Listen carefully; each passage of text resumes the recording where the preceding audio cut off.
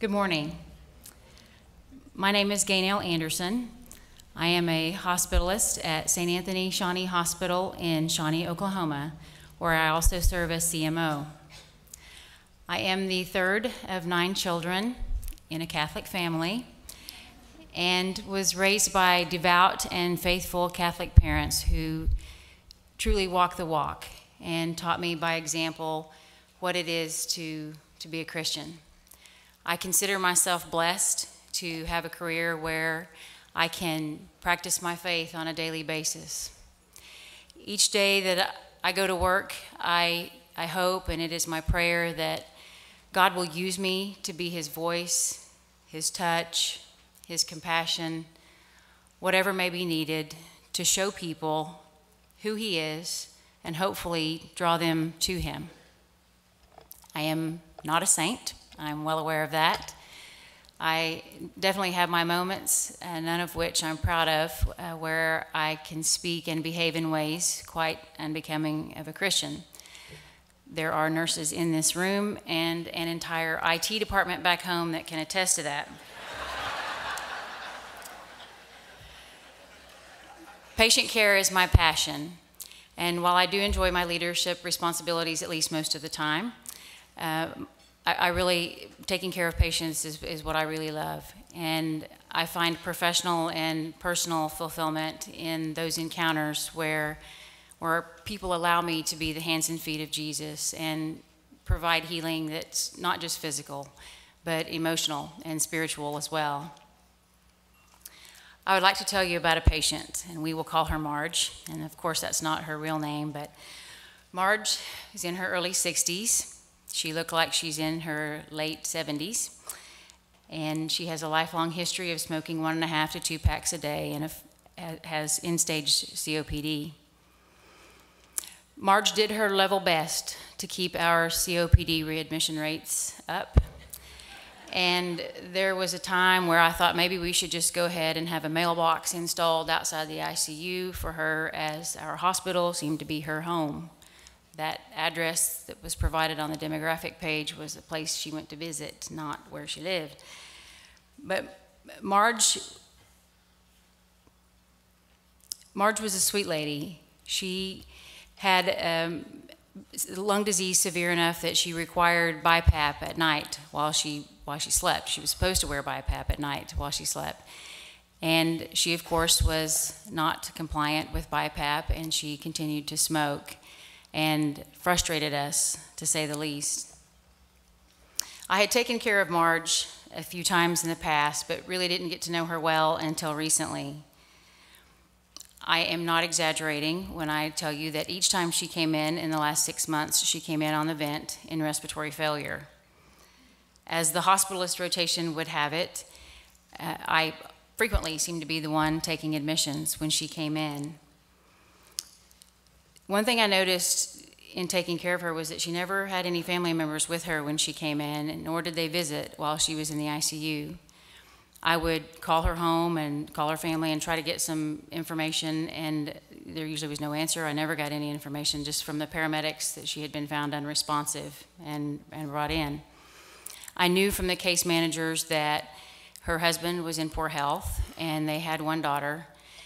The daughter was involved to the extent that she would call and check on her mother, but she never was there physically in the hospital, and she did help with discharge planning, but I never actually got to meet her.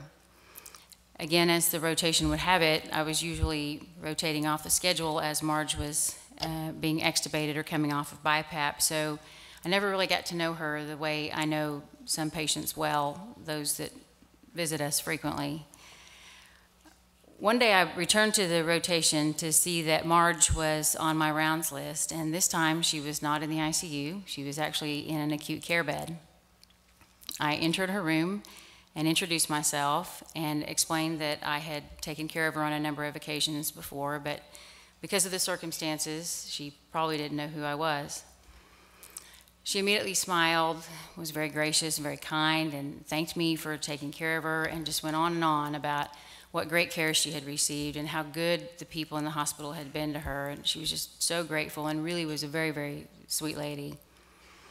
We began to visit, and it was within just a very short period of time that I sensed this very deep sadness about her.